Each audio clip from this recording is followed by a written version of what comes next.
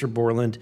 When you engaged with Arrow in 2023, you noted that their public statements did not match the reality that you and others had witnessed. In your assessment, what were the key limitations of Arrow? You know, I would put it to you this way. The statement Arrow has made is scientific evidence of extraterrestrials. Scientific evidence requires a scientific control. Extraterrestrial is an entity on another planet. The only way to scientifically prove extraterrestrial is we have to go to that planet, acquire technology, bring it back, and compare it to what we have here. So you're saying they won't let anything out because, or they won't come forward unless they confirm that unless they go to the planet and confirm where its origin is? That would be scientific evidence, yes. And by that statement, Arrow found no scientific evidence of extraterrestrials is basically, I don't want to call it a psyop, but a misrepresentation, because we do have things. But making that statement is not technically a lie. It's a misrepresentation of the full truth. Thank you. Thank you to the witnesses for being here today. I'll tell you that today's testimony should alarm every American, no matter their views on UAPs. This isn't simply about UAPs. It's about government integrity, the responsible use of taxpayer funds, and Congress's constitutional duty to oversee the executive branch. Mr. Knapp, first, you've interviewed numerous UAP whistleblowers over the years. The question is, how do you verify their claims before deciding they're credible enough to report on?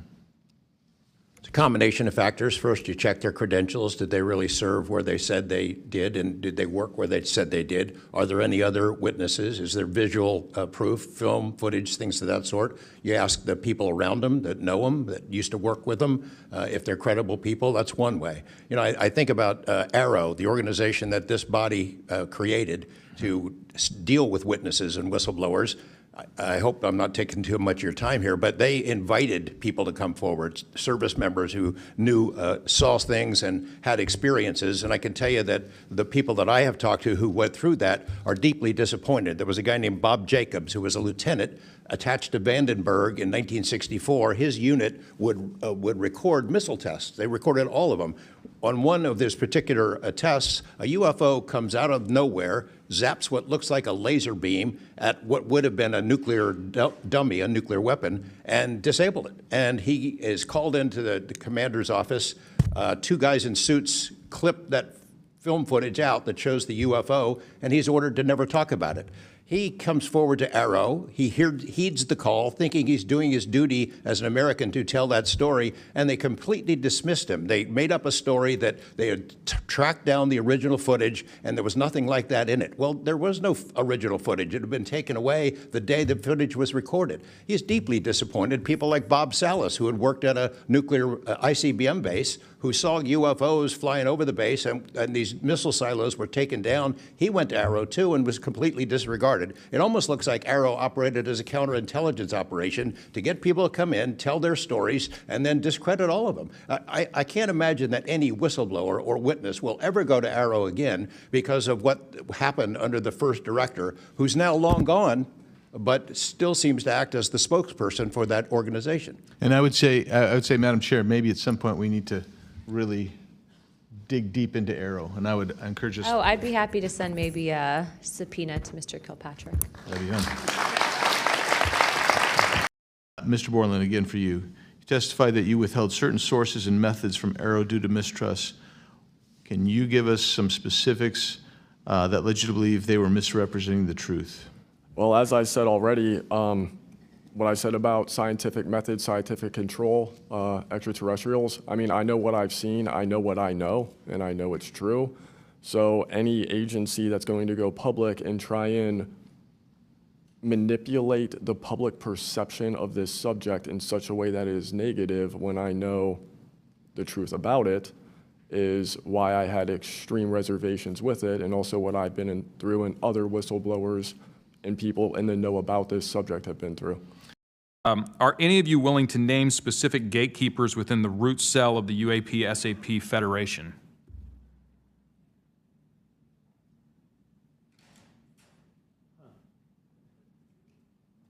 You mean specific people and contractors that have dealt with this and kept the secret? Specific individuals.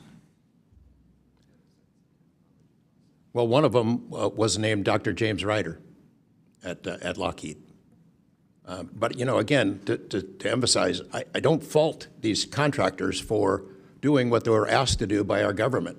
They're supposed to lie if people ask about it. And the intelligence agencies who gave this stuff to them, CIA, I think primarily, told them to keep it quiet, and they've done that. And I suspect that they'd like an off-ramp, that they'd like some help with figuring out this technology at some point. And this is, again, available to anyone, is there a security classification guide for UAP or NHI?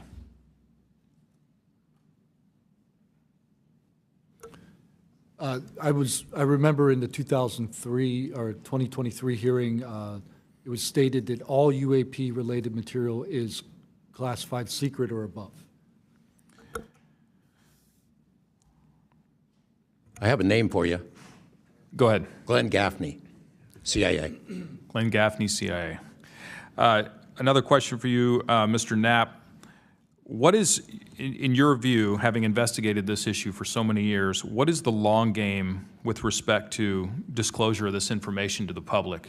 Because with the advent of essentially a video camera and a high megapixel phone in everybody's pocket, at some point, this information is going to be impossible to withhold from the public. What do you think is the long game here? Well, the secret's out. I mean, how many videos have there been already? You know, videos that are leaked from within the military and intelligence agencies and contractors and sensor platforms. It's out there. But they have the high ground. The people that don't want us to take it seriously dismiss it, discredit the witnesses, come up with a cover story. I mean, it's been out there a long time. The public senses that it's real, and the people in authority dismiss them. It's a game that's been going on a long time, and I don't think they're ever going to release it. I think that there's an attitude among the people that have been involved in this for a long time that the public doesn't deserve to know, and that the public probably can't handle it, but they can. I applaud the committee for trying to tackle this monster of an issue. I really appreciate that it might be the only bipartisan issue in Washington where everybody can agree. We've watched multiple hearings now. Everyone is asking the same kind of questions, whether right or left, and honestly want the answers. And you know, Chairman Luna, Chairwoman Luna, I appreciate your dedication to this, Tim Burchett and the other members, for sticking with it, because you know, it's come up in Congress before, and they had hearings, and then they dropped it for 50 years. So it's going to take a lot of time to get to the bottom of this, and I applaud your commitment to getting to the truth. Mr. Nusatelli, when you heard the testimony of Mr. Knapp talking about these missiles were shut down or turned on in Russia, does that remind you, when you hear these stories, it's got to remind you of the event that happened on your base?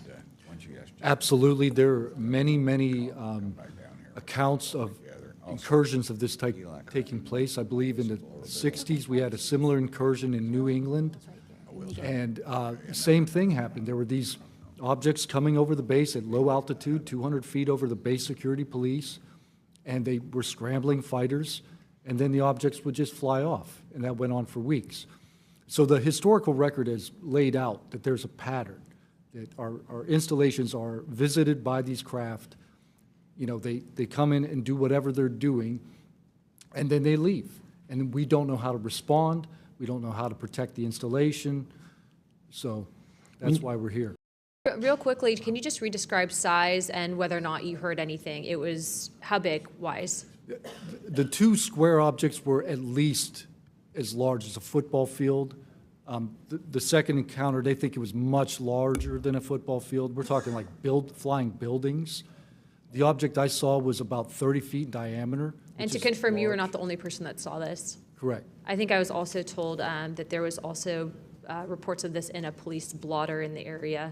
Can you confirm that? Yes, that's the documentation that I maintained from the original event and turned into Arrow and the FBI. Okay. Do you have any more, Burleson? No, Madam Chair, I just want to reiterate to the American people that if you're frustrated, So are we. We're extremely frustrated. We've been, the 2-3 years, I can only imagine how frustrated Mr. Knapp is or Danny Sheehan is, and the amount of time that you guys have poured into this to try to get answers. I mean, Masson is back there. He's been pouring to try to get answers into this. I hope that you all see that we're committed to this, and we're going to be scrappy about it. We may not have the direct authority, but I can assure you, Representative Luna is about as scrappy as it gets. I wouldn't want to scrap with her. But that being said, I think that if the American people want to see answers, we need to action. We've had the hearings. It's time to take action. It's time that we pass Tim Burchett's Whistleblower Act. It's time that we pass the UAP Disclosure Act. And I think that we've had a lot of talk about this. It's time for action. Thank you, Burleson. The task force stands adjourned.